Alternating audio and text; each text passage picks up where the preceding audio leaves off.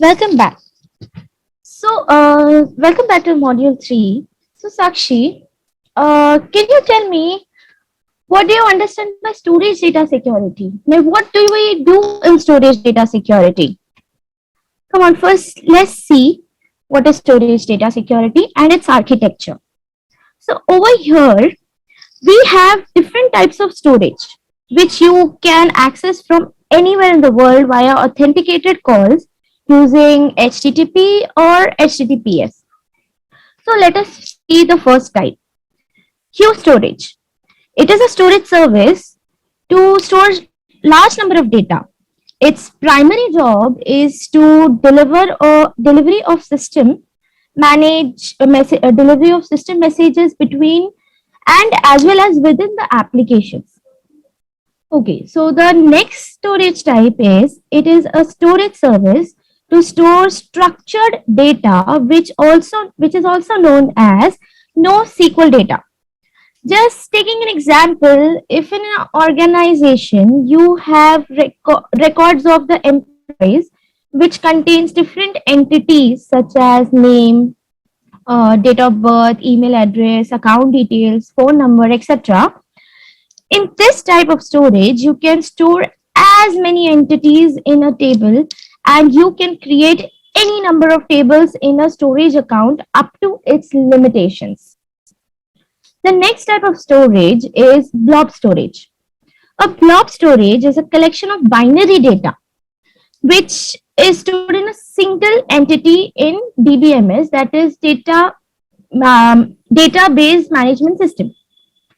Since it stores binary data, you can store like images, data or audio, video, and any other multimedia. In this type of storage, you have subtypes like blob, where you can store image or video documents, etc. Then the append blob, in which you can store logging and monitoring data. Then last is the page blob, which is used for disk like VMs, VM disk, or the Azure SQL disk. The next type is file storage. Azure file storage is fully managed file share in the cloud that can be accessible via the industrial standards like that are server message block, that is SMB protocol, or network file system, that is NFS protocol. So then Azure File is like a storage application to mount file share from anywhere in the world or even migrate existing application to the cloud. You can also integrate modern applications by leveraging modern REST API, and these REST API provides a flexible, lightweight way to integrate application, and it has been emerged as the most common method for connecting components in microservices architecture. So it also simplifies the efforts of host for high availability workload data in cloud. So now let's go to the console and we'll see each and every of services of Azure. So this is my console. I'll create a storage account.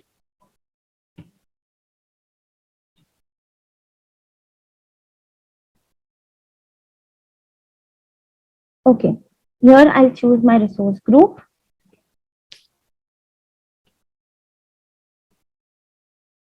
Now I'll just name it demo 365 and I'll go to next.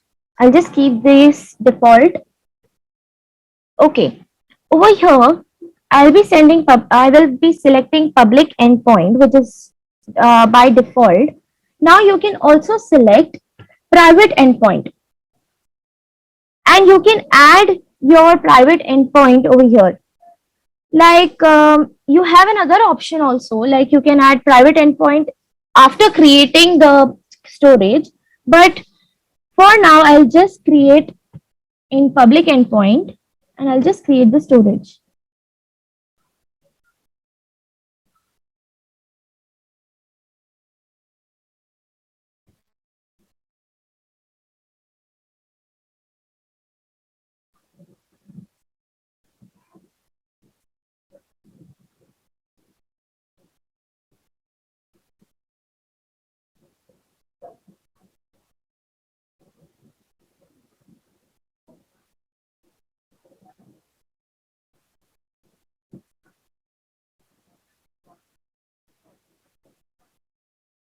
So the difference between public endpoint and private endpoint, like public endpoint, which means it enables you to access your storage account even from outside your virtual machine, virtual network.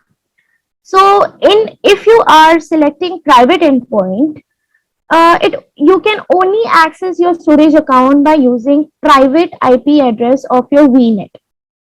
Yeah, the another method I'll just show how to create.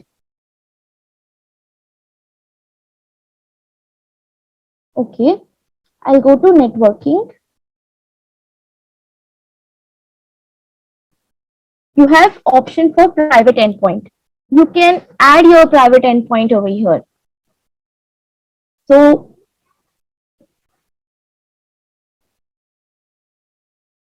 this is the resource group which is selected. I'll just name it demo endpoint. Okay, I click on next.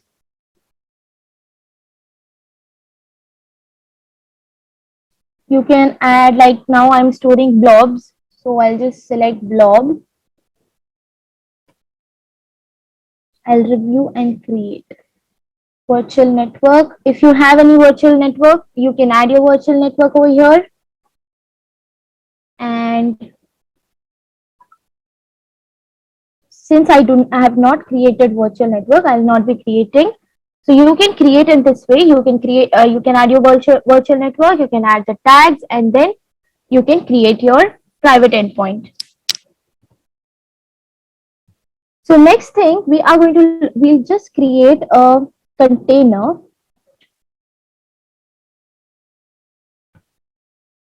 There's a default container which is already created with demo. I'll just create. Okay.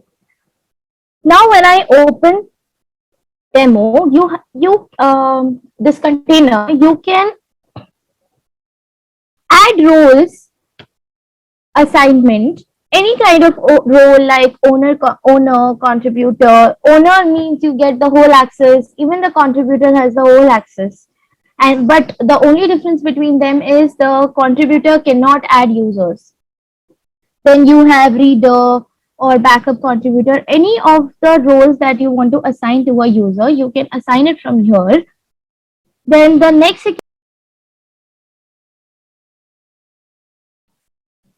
access policy. Over here, you can find immutable block storage.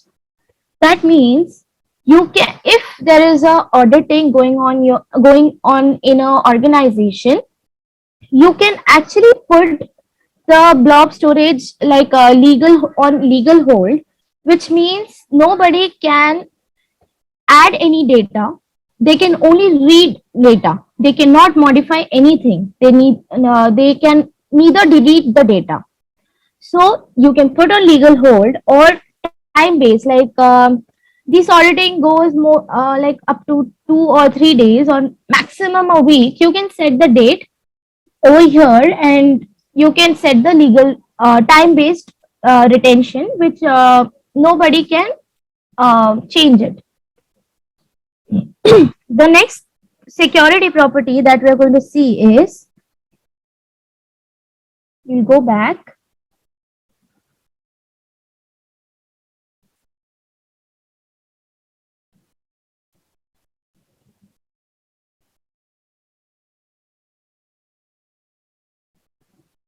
So this is shared access signature. What is shared access signature? Like you are allotting access feature to a user where you can you just want them to add blobs. So I'll just uncheck all the others, and then I'll click on services and containers and objects. Then I'm just giving permission to read. So I'll just uncheck all others.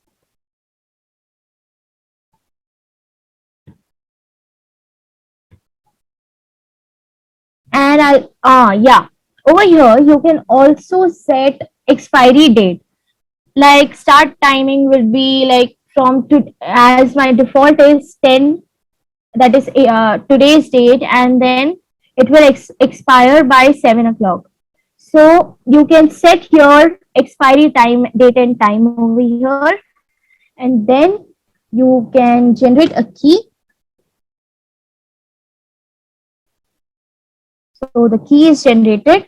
Blob service SaaS URL. You can see the URL. Just copy that URL. Go to your go to Storage Explorer. Just try to add an account and go to Account Manager and click on add an account or service.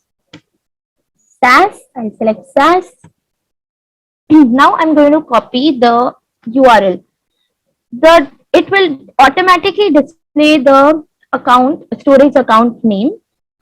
So I click on next and I'll connect. I'll go back to Explorer. Successfully added new connection. So Demo 365 is our storage account name. Just load it. This is Blob container. So let me try to add, since I have just given the user permission to read. So let me try to add a file or something. Just upload a file rather. I'll select a file.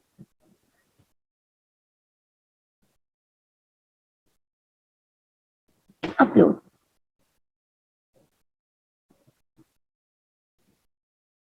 Failed to start transfer insufficient credentials.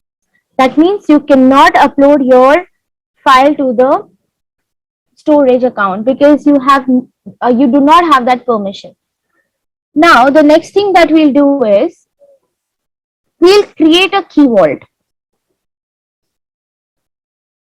I'll go to search bar and I'll type key vault, and there's an existing key vault which I have it. So I'll use this key vault. I'll go back to storage. What is Key Vault actually? Azure Key Vault is a cloud service for securely store and access secret data. So it's like you can create a tunnel to pass the data without any security breach. So I'll go back to my storage and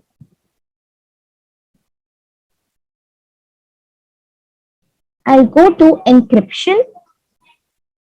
So over here, you have a default Microsoft managed key, but you can also customize, you can use the customized managed key. You can select key vault that I just showed you that I've created and just click on key vault. This is the key vault that I've created. And let me keep this and I'll select it. Now I'll go and save it.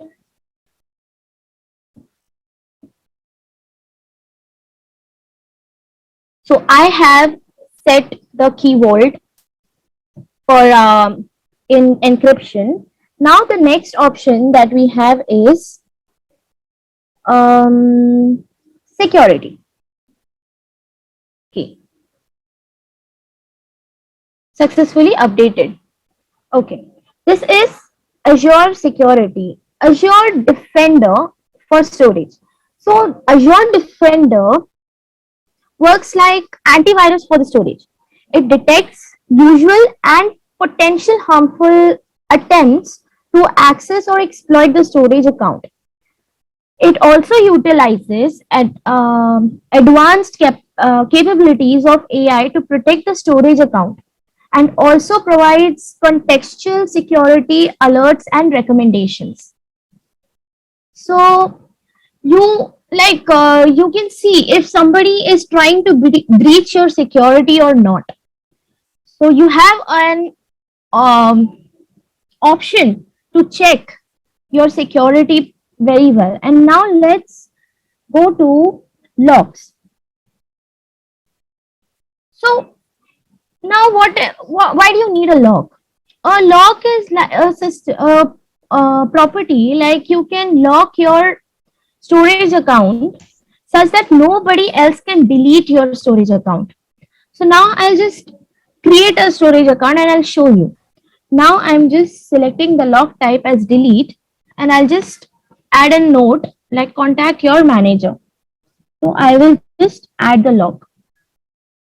Now let me try to delete the storage account. I click on the delete button. We just yes and delete.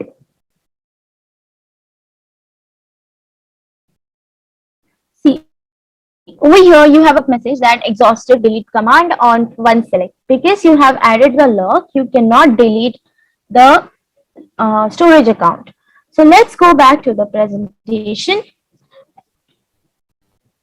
So storage encryption, as we saw, we have seen how to add the key vault for the security. And this is Azure Defender. As I told you, it works like an antivirus for the storage. It helps you to protect your data while it protects your data all the time. It gives you an alert if there's any suspicious activity which is taking place in your storage account. Private endpoint, as I told you, you can only access through the virtual network. You can only access your storage account through virtual network. So the next thing is authorized with Azure Directory. So over here you have seen that there is you are giving what do you say? You are giving authority to people. The type of authority that you are giving to people, like only to storage or as an owner or a contributor, you are assigning the role for them. And then this is shared access, that is SAS, that we just saw. What is SAS about? It is a restricted access rights. Okay. The last thing that we saw is the lock, such that nobody else can delete your account. Okay. So we have understood what is storage account, storage security. So we'll come back after a short break and we'll see in the next module about Azure SQL Data Security.